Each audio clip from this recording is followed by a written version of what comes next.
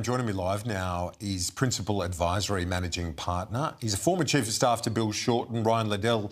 Thanks, Ryan. Normally we're joined by Scott Morrison's former advisor, Andrew Carswell. Unfortunately, he's not here with us today. He'll be back next week.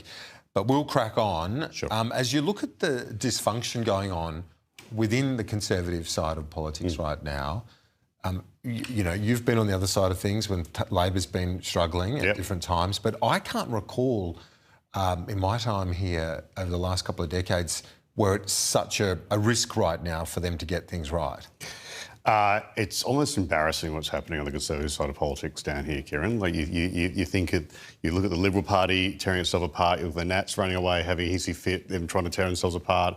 You look at Pauline Hanson doing press conferences saying she could be Prime Minister one day.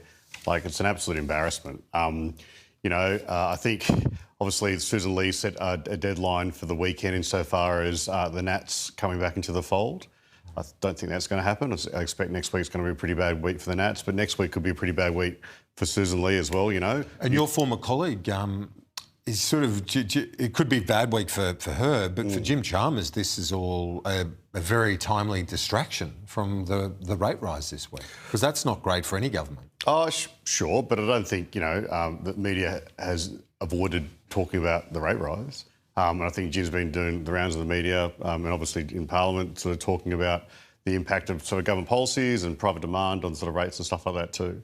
But you're right, it's a distraction from the broader sort of issues that should be discussed in politics when you've got this sort of clown show on the, running around the Conservative side of politics. How important is it to get the balance right, do you think, for the Prime Minister and the government when you're in Parliament? Yep. It must be tempting to constantly be having a crack at the other side, but knowing that if you're driving in the suburbs of Sydney and you're struggling to pay for school fees, medical costs, and then the rates go up and you hear this, these shenanigans. Absolutely.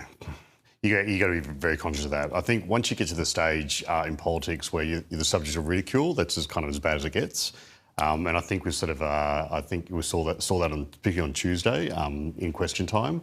You'll notice a different sort of tone in question time over, certainly today when it comes to the government's sort of approach. But at the same time, when you look at the farcical scenes on the coalition sort of benches, it's pretty hard for the government not to sort of stick the boot in there. So that's what they're doing. It's very tempting, that's for sure. Principal Advisory Managing Partner and former Chief of Staff to Bill Shorten, Ryan Liddell. Thanks, great to see you. KJ, you too.